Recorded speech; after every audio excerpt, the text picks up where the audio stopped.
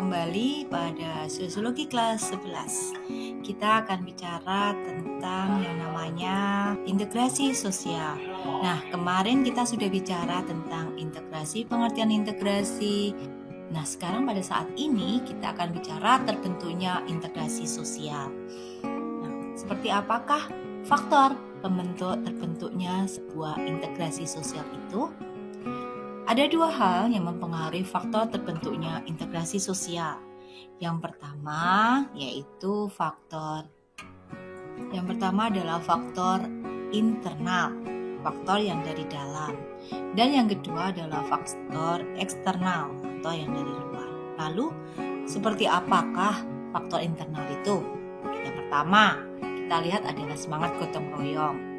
Kemudian yang kedua adalah kesadaran untuk sebagai makhluk sosial. Jadi kita bicara kalau kita manusia itu makhluk sosial, homo homini socius. Artinya apa? Artinya bahwa yang namanya makhluk sosial itu tak bisa hidup tanpa masyarakat lain, tanpa orang lain. Jadi kita akan hidup dalam sebuah masyarakat itu saling tergantung satu dengan yang lain. Tidak bisa satu orang berdiri sendiri. Kemudian yang ketiga yaitu adalah tuntutan kebutuhan. Nah itulah kenapa kita tuntutan kebutuhan itu sebagai faktor internal. Ya karena kita homo socius, maka kita selalu menuntut kita harus bekerja sama orang lain dan kita memenuhi kebutuhan kita, baik kebutuhan fisik maupun kebutuhan sosial. Nah, kebutuhan sosial ini seperti interaksi, berbicara, berkomunikasi, itu sebagai kebutuhannya. Di faktor eksternal, ada saling menghargai. Kemudian ada persamaan visi dan misi. Kemudian ada persamaan budaya. Kemudian adanya sikap terbuka pada perubahan, adanya tuntutan perkembangan zaman, dan adanya tantangan dari pihak luar, dan adanya konsensus nilai dalam masyarakat. Kita bahas satu persatu di sini. Ngomong tentang faktor eksternal yaitu adalah saling menghargai. Artinya apa? Jadi artinya bahwa seseorang itu antara satu orang dengan seorang lain itu kalau muncul sudah rasa untuk saling menghargai, maka dengan sendirinya itu akan memunculkan sebuah integrasi. Sementara kalau sama dengan visi yang kedua adalah ada persamaan visi dan misi, maka tentu saja karena kita sudah sama visi dan misinya, kita akan bisa berteman, berbeda dengan orang yang berbeda visi dan misinya. Yang ketiga adalah persamaan budaya. Dalam artian persamaan budaya itu bukan budaya ada Jawa, suku itu enggak, kepribadian diri kita.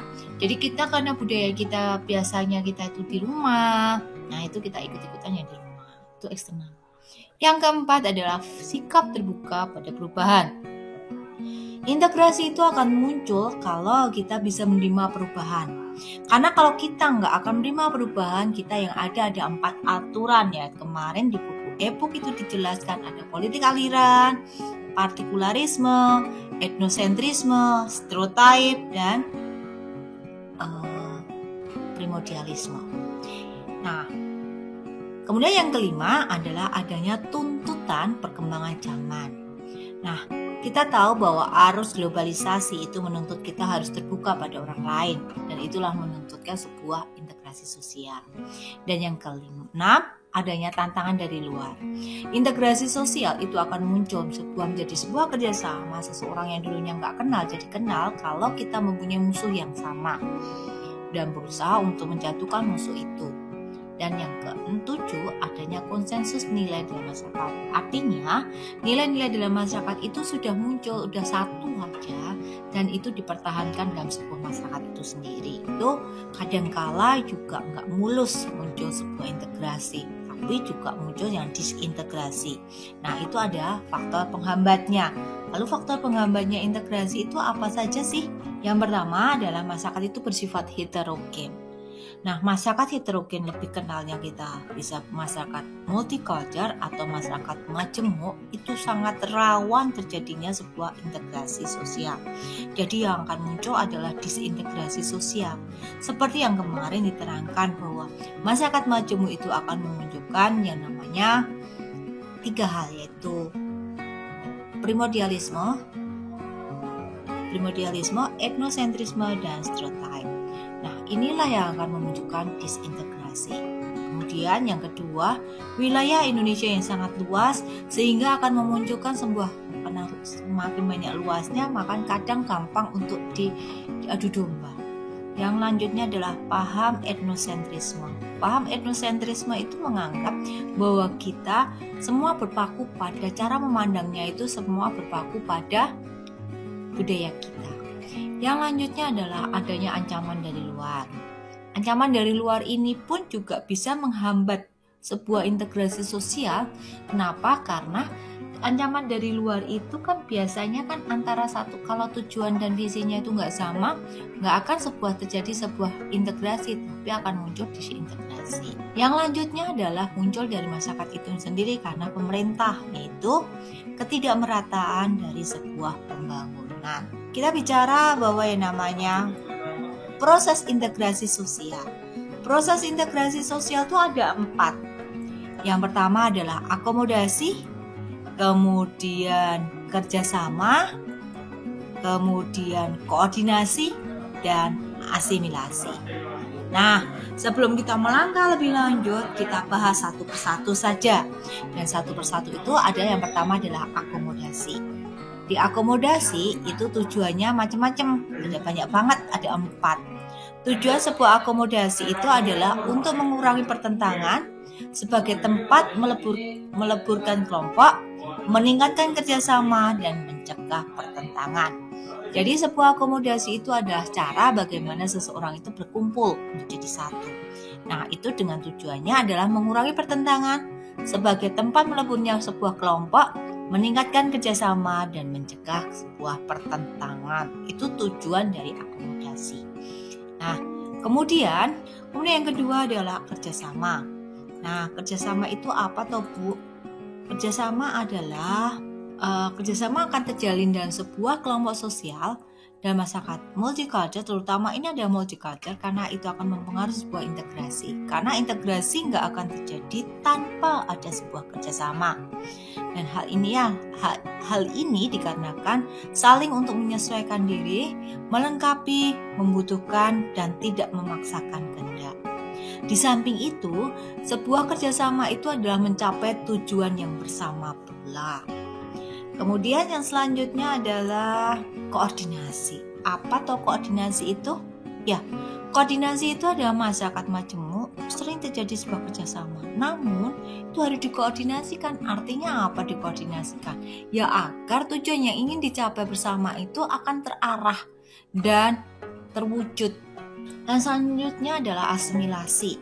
Kalau kita bicara tentang asimilasi, di kelas 10 kita sudah bicara yang namanya temannya dari asimilasi adalah akulturasi. Dan asimilasi itu adalah perpaduan dua kebudayaan yang benar-benar menghasilkan kebudayaan baru. Nah, sementara yang namanya akulturasi itu adalah perpaduan dua kebudayaan tanpa menghilangkan kebudayaan asal.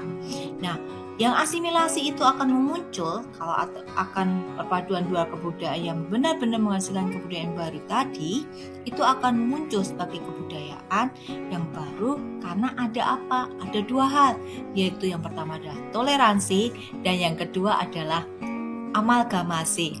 Fakta yang dapat mempermudah asimilasi. Tadi saya udah bilang bahwa yang namanya kalau kita bicara tentang asimilasi, kita mesti bicara tentang yang namanya amalgamasi dan toleransi. Apa toh toleransi itu? Toleransi itu adalah seseorang yang berusaha menurunkan keinginannya untuk biar tidak terjadi sebuah pertikaian. Nah, kita semua saling bertoleransi, semua saling untuk mengurangi keinginannya agar terjadi sebuah kerjasama. Nah, yang selanjutnya adalah adanya kesempatan yang seimbang. Jadi, asimilasi itu akan tercapai apabila kesempatan yang sama yang diberikan oleh pemerintah di bidang ekonomi. Jadi, nggak ada yang dijadikan anak emas maupun yang enggak. Nah, itulah yang namanya asimilasi, bisa mewujudkan sebuah asimilasi. Yang ketiga, yaitu ada sikap untuk menghargai orang yang asing. Jadi kita ketemu orang asing dan kita mesti rasa suudon, atau yang namanya kita muncul etnosentrisme itu akan muncul, atau primordialisme kita akan muncul di situ. Namun kita harus menghindari itu. Kita harus menghargai orang asing dan kebudayaannya. Yang keempat adalah terbuka. Dengan yang sifat yang terbuka inilah membuat orang itu akan semakin bisa menerima orang lain. Dan yang selanjutnya adalah adanya persamaan dalam unsur-unsur kebudayaan. Nah, yang selanjutnya adalah amalgamasi atau perkawinan campuran. Artinya apa? Artinya perkawinan dengan dua suku bangsa, tapi mereka bisa mengerti dan bisa toleransi dan menghasilkan kebudayaan yang baru. Yang selanjutnya adalah adanya musuh bersama. Itu akan memunculkan sebuah asimilasi. Namun di sisi lain, asimilasi itu juga ada yang menghambat. Apa saja itu menghambatnya? Ya, kurang pengetahuan kebudayaan kelompok lain. Nah, kemudian yang kedua, kebudayaannya itu terisolasi. Dan yang ketiga, rasa takut terhadap kebudayaan lain, rasa takut untuk menerima kebudayaan lain. Dan yang selanjutnya adalah perasaan in-group yang kuat. Dari in-group yang kuat akan menghasilkan etnosentrisme, kemudian primordialisme, dan stereotype. Dan yang selanjutnya adalah adanya diskriminasi kelompok dan adanya perbedaan kepentingan. Kemudian seperti itu yang ada tentang integrasi. Untuk pertemuan yang akan datang kita akan bicara tentang yang namanya bentuk-bentuk integrasi. Kalau ada pertanyaan yang belum jelas bisa japri kepada Bu Titik, dan untuk itu kita tutup dulu pada pertemuan kali ini dan sampai jumpa.